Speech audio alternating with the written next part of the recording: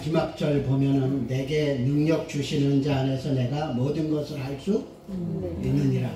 여러분, 여러분에게 능력 주시는 분이 계십니까? 어떤 분이십니까? 그분의 이름이 뭐죠? 어떤 능력을 주십니까? 영원히 사는 능력을 주셨어요. 그리고 내가 주는 평안은 세상이 주는 것과 다르다 하신 평안도 주셨어요. 또 성경에 말씀하시기를 너희 모든 쓸 것을 채우시리라 하셨어요. 능력 주실 때 찔끔찔끔 주시지 않으십니다. 넉넉히 주십니다. 능력 주실 때 아끼지 않으십니다. 골라서 주지도 않으십니다. 우리 모두에게 풍성하게 넉넉하게, 그것을 성경에서 그리스도의 장성한 분량이라고 말합니다. 어떤 이들은 이 능력을 예수 믿자마자 받아서 예수 믿자마자 영적인 성숙함을 이루어 삽니다. 어떤 이들은 몇십 년 걸리는 이들도 있어요. 그 몇십 년 걸리는 이들은 그분들 탓이지 절대로 예수님이 주시는 능력을 인색하게 주셔서가 아닙니다. 여러분, 그리스도 안에서 우리 신학에서는 그렇게 얘기를 했어요. 예수 믿고 나면은 그 다음에 성화라는 과정이 있는데 이게 천천히 이루어진다. 여러분, 천천히 이루어지는 거 아닙니다. 그리스도 안에서 단번에 이루어질 수 있습니다. 왜요? 본인이 성품에 따라서 달라요. 본인이 정말 예수 그리스도로 말미암아 온전히 예수가 내 안에 오직 예수가 되면은 그는 그 순간 변화됩니다. 그 순간. 그런데 어떤 이들은 그거를 이렇게 표현할 수가 있어요. 우리 어제 이제 자녀들하고 가정에서 가정 예배를 드리는데 찬송을 부르는데 우리 손녀들이 찬송은 누구에게 드리는 노래죠? 하나님께 드리는 노래인데 자기들 재미로 부르는 거예요.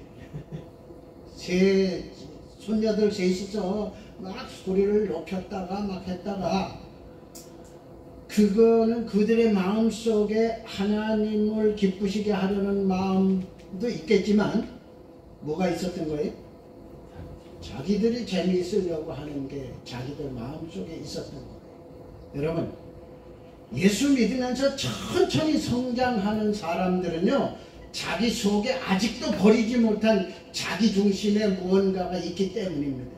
이걸 다르게 표현하면요, 예수가 왕으로서 내 마음을 온전히 다스려서 내 마음속에 그리스도의 나라가 완전해진 사람은 이건 그리스도의 장성한 분량에 이른 사람이에요.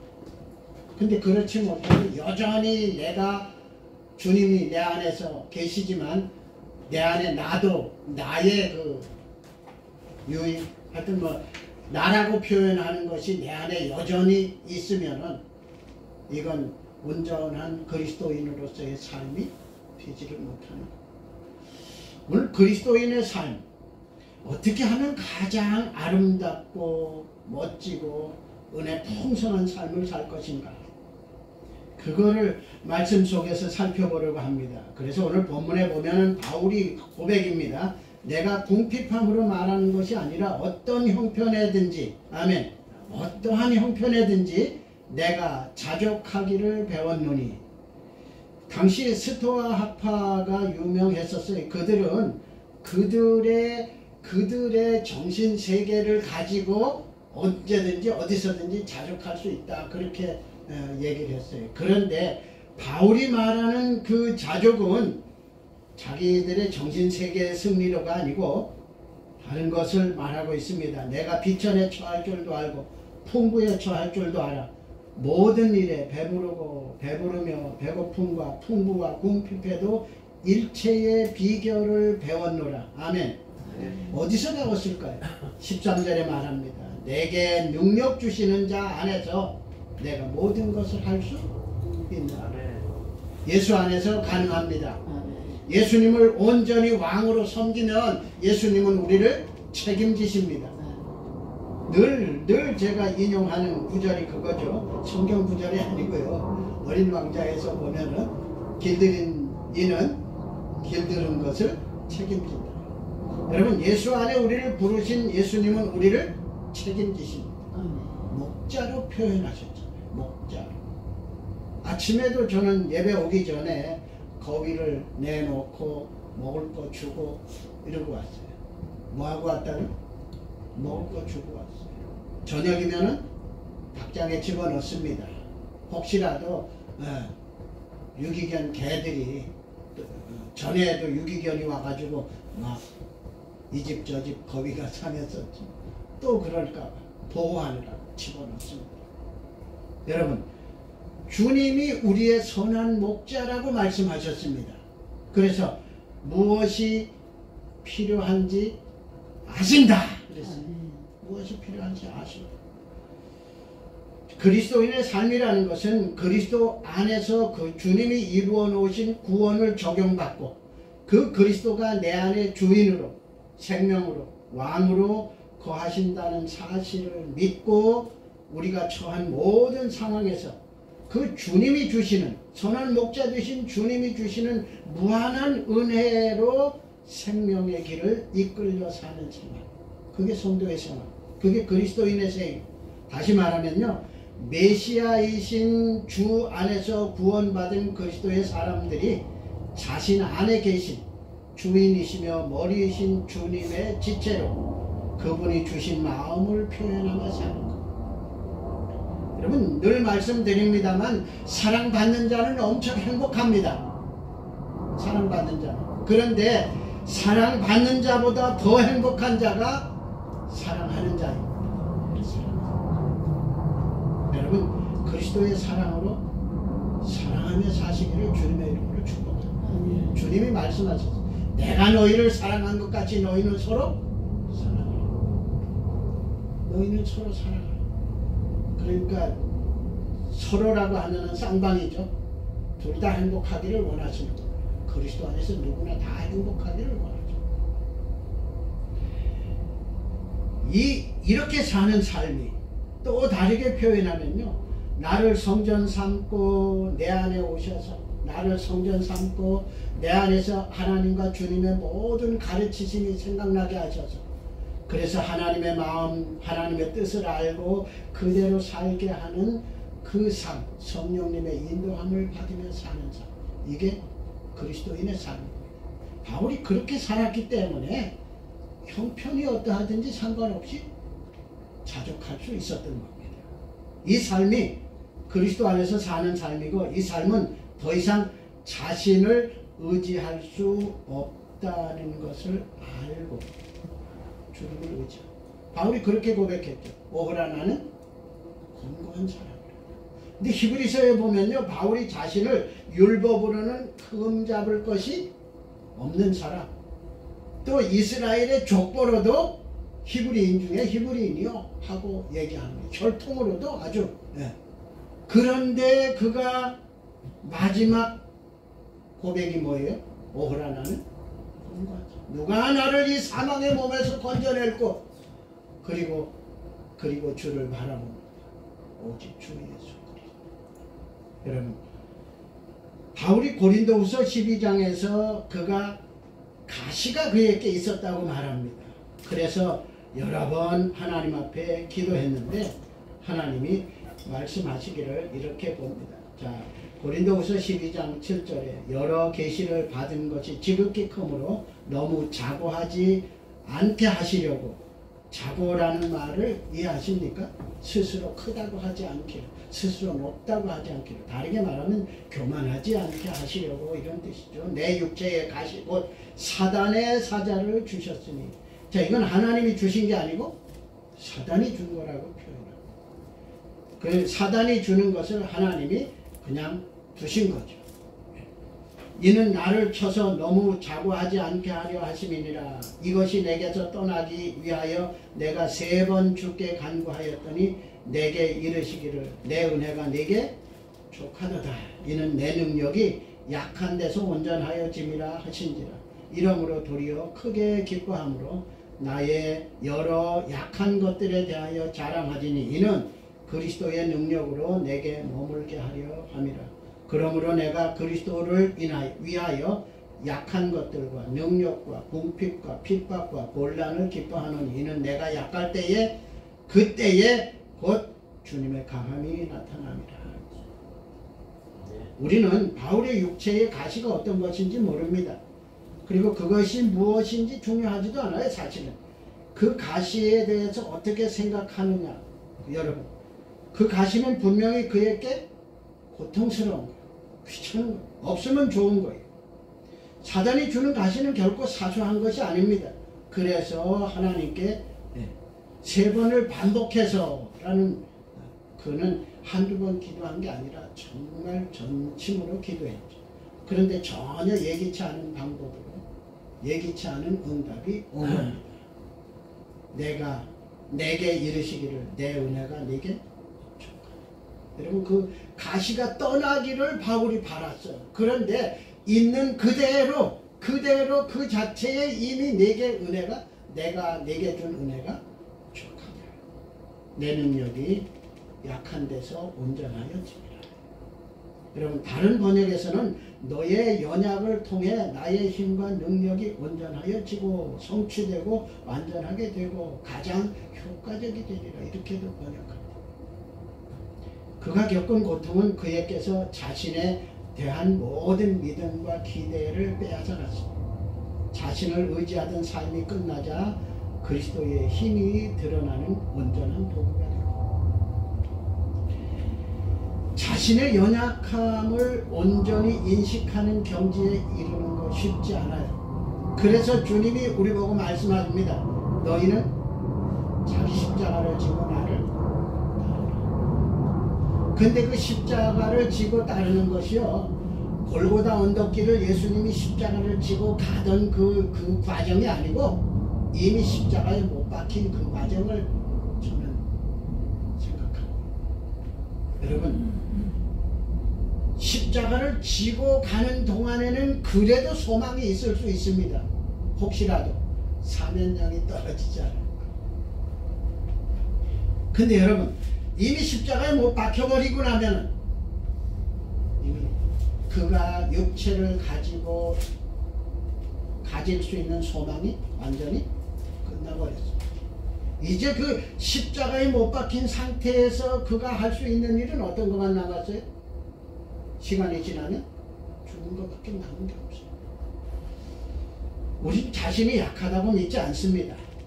좀 더 열심히 하면, 좀 더 힘을 내면 그렇게 자신을 의지할 때가 참 많아요.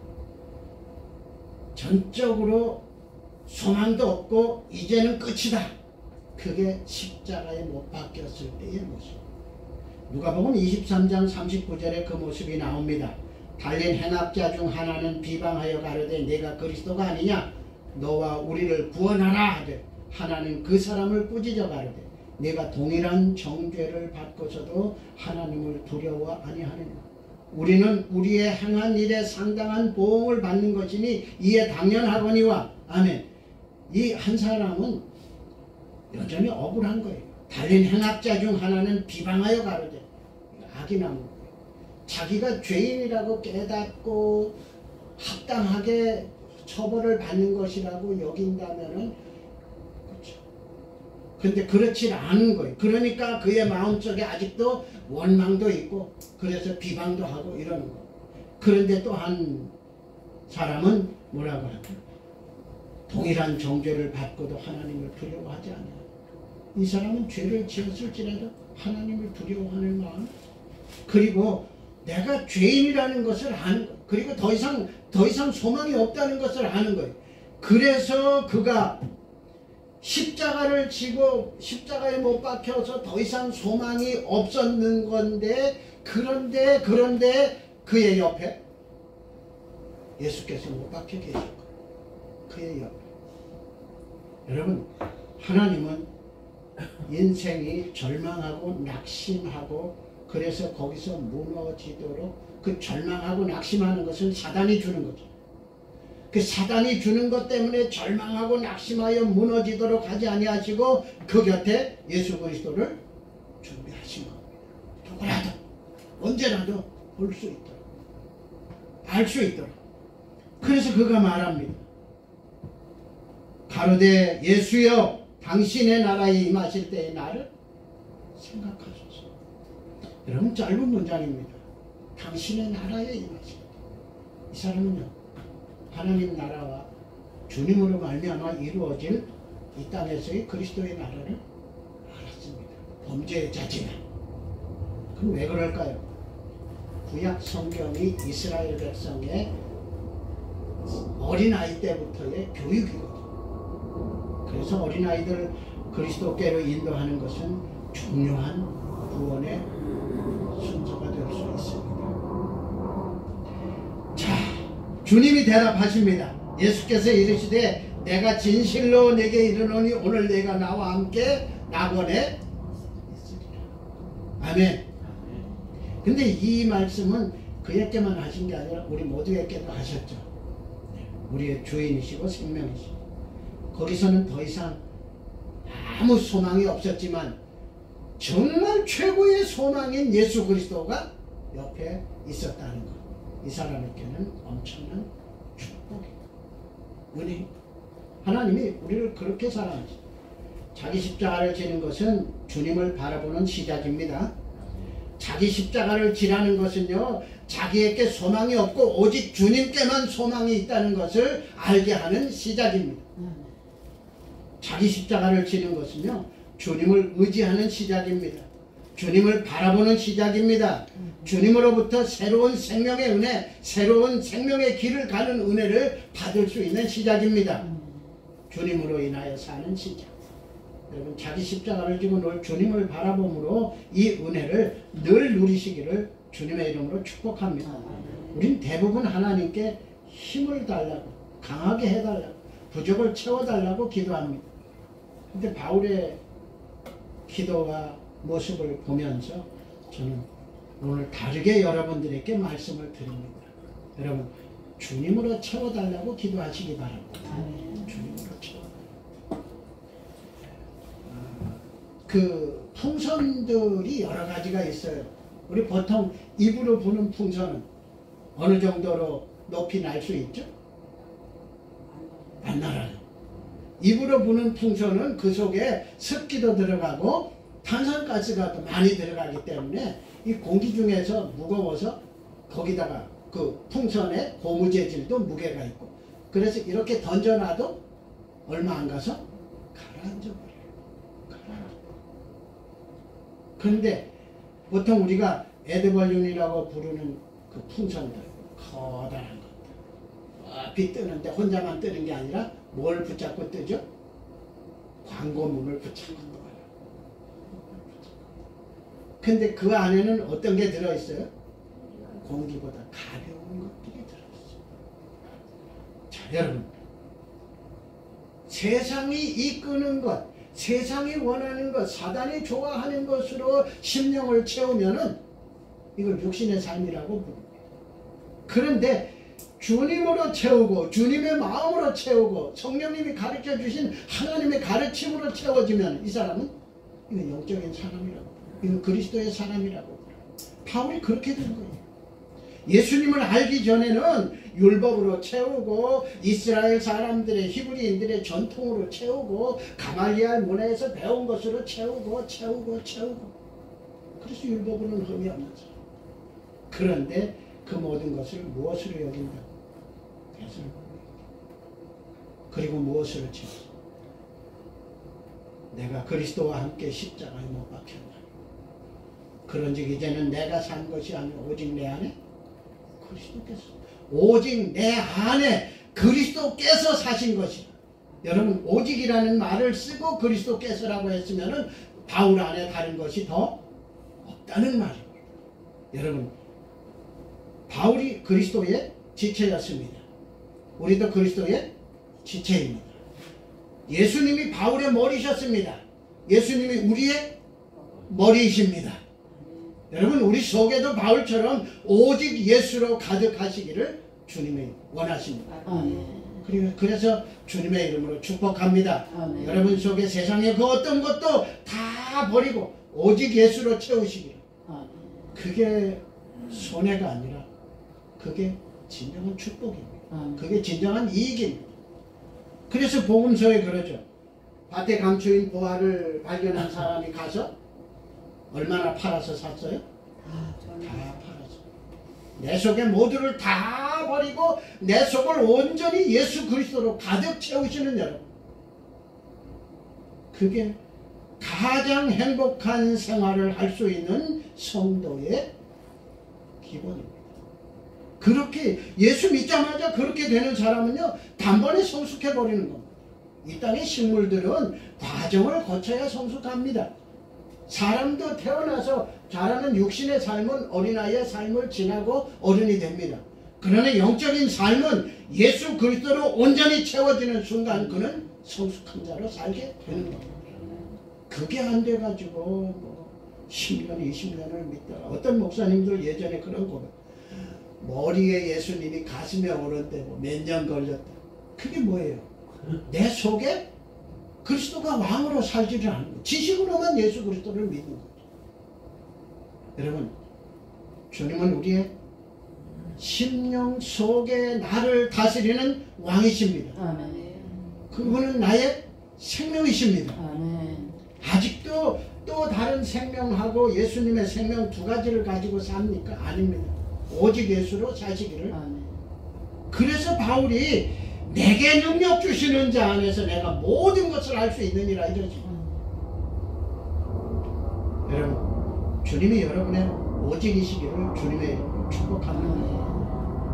고린도전서 12장 9절에 내게 이르시기를 내 은혜가 네게 족하도다 이는 내 능력이 약한 데서 온전하여 짐이라 하신지라. 이러므로 도리어 크게 기뻐함으로 나의 여러 약한 것들에 대하여 자랑하리니 이는 그리스도의 능력으로 내게 머물게 하려 함이라. 현대의 목회자들도 그래요. 제가 주간에 유튜브를 몇 편 봤는데 요즘 제가 보는 유튜브에는 오해 시리즈가 나오더라고요. 달란트에 대한 우리는 이때까지 달란트의 비율을 오해했습니다. 우리는 이때까지 두 렙돈의 비율을 오해했습니다. 읽어보니까 다 그래요. 네. 그건 그 제목이 낚시글일 수 있어요, 여러분. 달란트 비유의 그 오해라고 하는 그분은요, 뭐라고 표현하냐면 노예들에게 5달란트를 맡겼을 때 그걸 가지고 할 수 있는 능력이 노예들에게 없다. 노예는 그럴 만한 능력이 없다. 이렇게 표현을 했어요.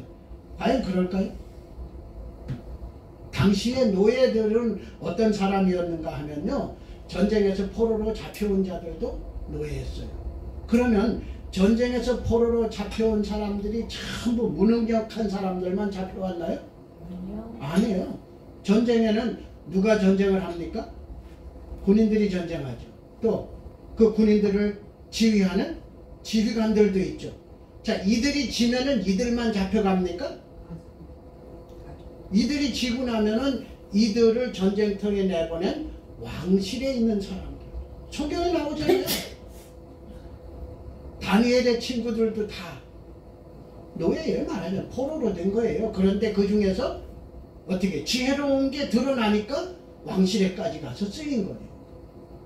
여러분, 당시 노예들은요, 이게 차이가. 그런데 그들을 어떻게 해요? 노예시장에서 돈 주고 사와서 자기 집에 부리는 거예요. 비록 영화지만요, 배너 영화에 보면은 그 영화의 배너의 가족이 다 뿔뿔이 이렇게 된 후에 그 재산을 맡은 자가 그 재산을 가지고 그 로마인들이 그 감추인 재산을 다 뺏어가는데도 여전히 감춰놓고 나중에 그걸 가지고 부여함을 이루었다가 배너가 돌아왔을 때 진짜 배너인지 시험하고 이래서 주인으로 인정하고 돌려줍니다. 돌려줄 뿐만 아니라 자신과 자신의 딸까지도 다 배너의 소유라고 인정합니다. 또 뿐만 아니라 성경에 보면 아브라함의 종 여러분 기억하십니까? 며느리감을 구해오라고 보낼 때 아브라함이 어떤 걸 맡겼죠? 자기 집에 좋은 것을 다 맡겼다고 나옵니다. 자기 집에 좋은 것. 그런데 그게 어디 주머니 넣고 가거나 뭐 통장에 있는 정도가 아니고 낙타의 몇 마리의 실을 만큼. 여러분, 그 종이 성경에는 종이라고만 표현되어 있어요. 근데 그가 아브라함이 믿는 하나님을 그도 믿고 기도합니다. 자, 그가 만약에 억울하게 잡혀와서 억울하게 주인에게 억울한 그런 종살이를 하는 종이었다면 그 좋은 거 맡겼을 때 어떻게 했을까요? 가지고 그냥 뭐 넓은 세상에 가서 어딘가 자기 가고 싶은 데 가서 잘 먹고 잘 살 수 있는 정도예요. 그런데 아무 사심도 없이 오직 자기 주인 아브라함의 즐거움을 위하여 며느리감을 제대로 골라가지고 옵니다. 그런데 여러분 5달란트 맡은 자가 5달란트를 가지고 가서 즉시 가서 장사하여 그게 허구일까요? 그게 단순한 물론 예수님의 말씀은 비유입니다. 그러나 비유라고 한다 할지라도 그게 실생활에서는 없는 일일까요? 네, 충분히 가능한 일입니다. 그래서 오늘 우리들에게도 여전히 그 일이 적용되어야 할 일들입니다. 주님의 마음, 주님의 가르치심 우리 속에 임하면 그게 우리에게 주신 편한 길 가지고 가서 장사하십시오. 남기십시오. 그게 바울이 오늘 빌립보서에 고백한 내게 능력 주시는 자 안에서 내가 모든 것을 할 수 있느니라. 할 수 있도록 능력을 주시는 겁니다. 여러분 이것은 이거를 알게 되면은요 우리의 삶이 바뀌어야 합니다. 바뀌어야 해요. 내게 능력 주시는 이 바울이 배웠다고 말합니다. 이건 비밀 속으로 들어갔다라고도 표현할 수 있어요. 그리스도가 우리와의 관계된 비유 속에 들어가 버리는 겁니다. 바울은 진정한 만족에 들어갔으며 그것은 자신의 의지나 자신의 어떤 이미 가지고 있던 것들에 대해서가 아니고 오직 능력 주시는 그리스도 안에서라고 말합니다. 자, 능력 주신다 하는 말을 이런 말로도 설명할 수 있겠다 싶었어요. 이 안에 사모님 이 안에 뭘 넣었죠? 옥수수차하고 돼지감자. 자, 이 물이 옥수수하고 돼지감자를 넣고 끓였어요. 그럼 이 물이 옥수수와 돼지감자가 물로 변한 건가요? 그 성분이 우러나와서 물속에 녹아진 겁니다. 성분이 녹아나와서 물속에 녹아진 겁니다. 그래서 물속에 그 성분이 들어오니까 이건 물이라고 안 하고 예수 그리스도의 마음이 성도들의 속에 들어오니까 그를 사람이라고 안 하고 그리스도인 성도라고 하고 이 변화입니다. 이 변화를 또 다르게도 표현할 수 있어요.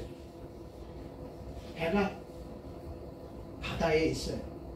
배가 바다에 있는데 한국에 며칠 전에 저 유튜브에 보니까 울릉도에서 오징어 잡는 사람들이요 저녁 때 나가가지고 어두워지면서부터 잡기 시작해서 아침이 될 때까지 바다에서 오징어를 잡는데 옛날엔 많이 여러 사람이 잡았는데 요즘은 배 한 척에 사람 혼자서 자동 낚시 훌치기라고 하는 자동 낚시를 설치해 놓고 잡더라고요. 혼자서 깜깜한 밤에 불 켜놓고 망망대해에 있으니까 울릉도에 불빛만 봐도 반갑대요. 울릉도에 불빛만 봐도. 그래서 그들이 끝나고 집에 돌아오는 시간이 즉 돌아오면은 어찌합니까? 여러분 아시죠? 배가 부둣가에 닿으면 여객선 같은 경우 부둣가에 배가 와서 닿으면은 부두와 배 사이에 뭐가 연결이 되죠? 브릿지가 다리가 연결이 되죠. 다리가 연결되는 순간 이 배는 더 이상 배가 아니고 육지와 연결된 한 부분이 돼요. 자, 이걸 다르게 표현합니다. 12년 혈루증을 앓던 한 여인이 많은 의원에게 많은 고생을 하고 있던 돈도 허비하고 그러다가 예수 그리스도의 소문을 듣고 가서 예수 그리스도의 옷을 만졌어요. 어찌 됐죠? 주님이 뭐라고 표현하셨냐면 내게서 능력이 나갔다 이러십니다. 그리고 누가 내 옷을 만졌느냐고 물어봅니다. 제자들은 뭐라고 합니까? 아, 이렇게 사람이 많은데 이렇게 저렇게 하다 부딪혔겠죠 누가. 그런데 주님은 말씀하시죠. 내게서 능력이. 여러분, 부딪힌 사람들이 많다고 제자들이 말하잖아요. 근데 부딪힌 사람들에게는 능력이 안 나갔어요. 믿음으로 만진 그에게 나갔어요. 이게 여러분, 이 말씀이 우리들 모두에게 오늘 새로운 소망이 되시기를 주님의 이름으로 축복합니다. 아멘. 그 많은 사람들이 부딪힌 사람들은 아무도 능력이 임하지 않았어요. 만진 에게 뭐요? 믿음으로 그리스도에게 나간 자들 말합니다. 오늘 믿음으로 예수 앞에 선 우리들, 예수의 이름을 부르는 우리들에게 예수님은 능력 주시는 자가 되십니다. 아멘. 은혜 주시는 자가 되십니다. 아멘. 쓸 것을 채우는 자가 되십니다. 아멘. 이것을 그리스도로 쫓아가고 그리스도로 쫓아 예수로 쫓아. 바울이 골로새서 1장 11절에서 이걸 이렇게 설명합니다. 그 영광의 힘을 쫓아 모든 능력으로 능하게 하시며 기쁨으로 모든 견딘과 오래 참음에 이르게 이렇게 그 능력을 쫓아. 여러분, 주님과 연결되었습니다. 예레미야서에는 이스라엘 백성들이 두 가지 죄를 범했다고 표현합니다. 하나는 생수의 근원이신 하나님을 버린 것과 또 하나는 물을 가두지 못하는 웅덩이를 스스로 판 것이다.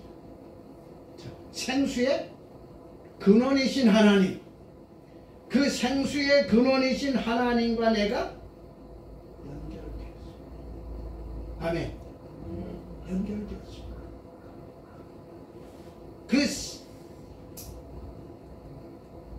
여기 겨울이라서 수도관이 터졌다는지. 왜 터지죠? 그 안에 물이 하나도 없이 비어있으면 아무리 추워도 터지지 않습니다. 그 안에 물이 가득했는데 이 가득한 물이 추워지니까 이게 물이 우리가 알다시피 얼면은 부피가 늘어나니까 터져버린 거죠. 여러분, 예수 그리스도와 우리가 연결되면 얼면 터질 것 이상으로 채워집니다. 그래서 그 수도관이 만약에 구멍이 난다 할지라도 외부의 것이 들어오는 것이 아니라 이 수돗물이 오히려 솟아나오면서 주변의 것을 변화시킬 수 있는 그게 성도입니다. 그게 그리스도의 영광의 힘을 쫓아 능력 주시는 자와 연결된 성도들입니다. 여러분, 아직도 영적인 성숙이 덜 되셨습니까? 주님의 것으로 사시는 자리에 이르시기를 주님의 이름으로 축복합니다.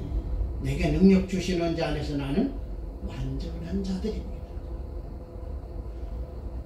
주님께서 히브리서에 단번에 자신을 제물로 드려서 우리를 영원히 온전케 하셨다는 그 온전은 영적인 성숙까지를 포함하고 있습니다. 차츰차츰 성숙, 그거는 육체나 식물의 얘기고, 영적인 성숙은 그리스도를 왕으로 내 속에 온전히 모심으로 영적인 성숙은 이루어집니다. 물론 지식적인 성숙은 조금 할 수가 있죠. 조금 차이가 날 수가 있죠. 왜? 성경을 모르니까.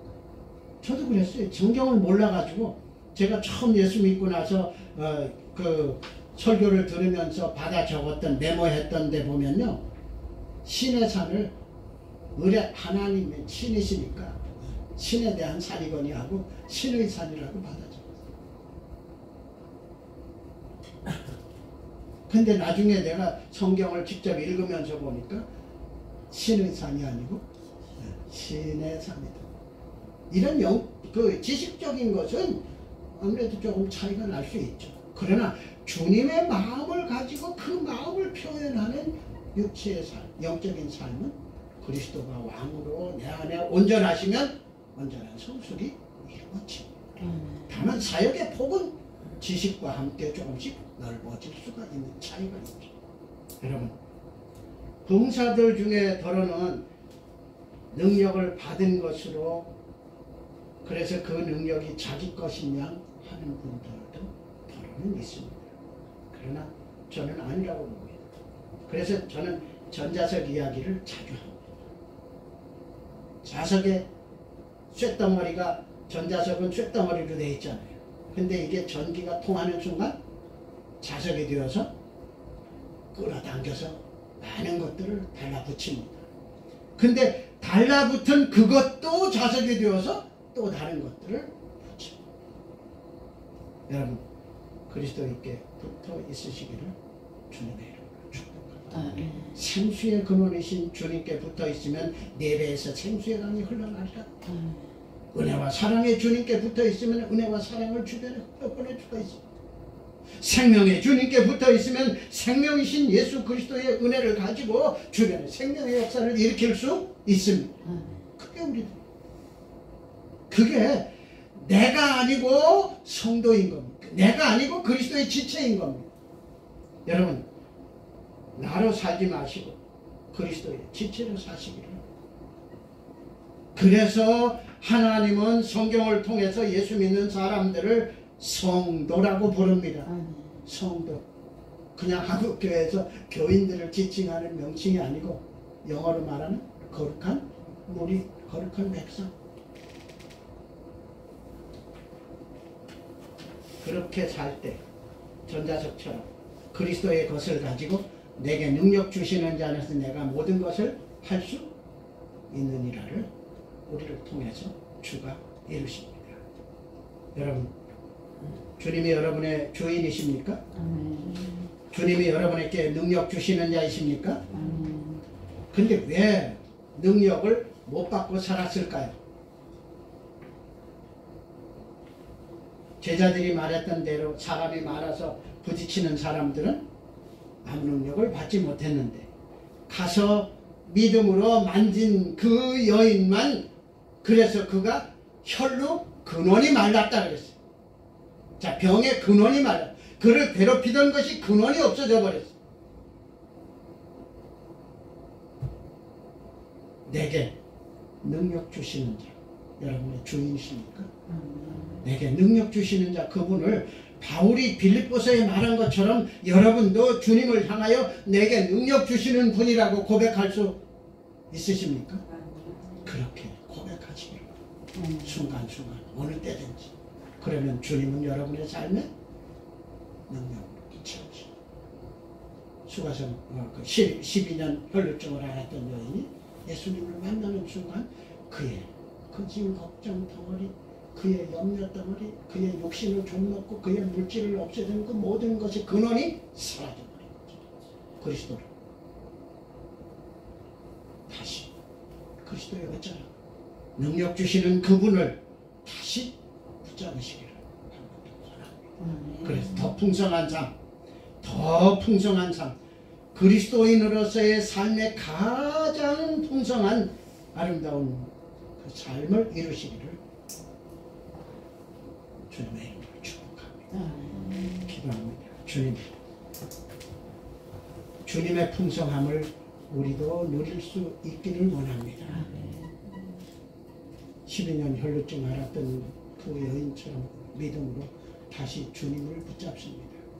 그리 아니하지 우리가 주님을 붙잡지 아니할지라도 주님은 피 흘려 우리를 사서 주님의 지체되게 하셨사오니 지체된 우리에게 주님의 것을 채워주시고 지체된 우리가 다시 주님을 원하오니 주님 우리 속에 주님으로 채우시옵소서.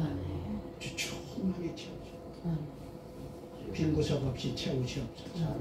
주님으로 온전하게 채우시옵소서. 그래서 오직 내 안에 그리스도께서 사신 것이라는 고백을 갈라디아서의 그 고백을 우리도 늘 드리며 살아요. 내 안에 오직 내 안에 계시는 주님이 내게 능력 주시는 자 되셔서 위로할 자를 만나면 위로하고 치료할 자를 만나면 치료하고 세워야 할 자들을 만나면 세워주고 살려야 할 자를 만나면 살려주고 주님이 하시고 싶은 구원의 사역을 우리가 다 감당하여서 나를 믿는 자는 내가 한 일도 할 뿐 아니라 나보다 더 큰 일도 하리라 하신 그대로 주께서 내게 능력 주셔서 그 감당함으로 내 배에서 생수의 강이 흘러나리라 하신 말씀을 이루며 살도록 주님 우리를 쓰시옵소서. 주님 손에 우리를 놓아드리오니 주여 우리를 주님의 뜻을 이루는 자들로 쓰시옵소서. 예수 그리스도의 이름으로 감사하며 기도드립니다. 아멘. 이제는 우리를 사랑하신 우리 구주 예수 그리스도의 은혜, 아버지 하나님의 사랑하신 것, 주님과 아버지 하나님의 모든 가르치심이 생각나게 하셔서 믿음으로 살도록 인도하시는 성령님의 크신 은혜가 이 백성들을 위해 이제 주님이 내게 능력 주시는 자인 줄 알고 주님으로부터 받은 힘으로 이 시대를 감당하려고 하는 모든 이들 위해 한국 교회에 이제부터 영원토록 충만히 계실지어다. 아멘.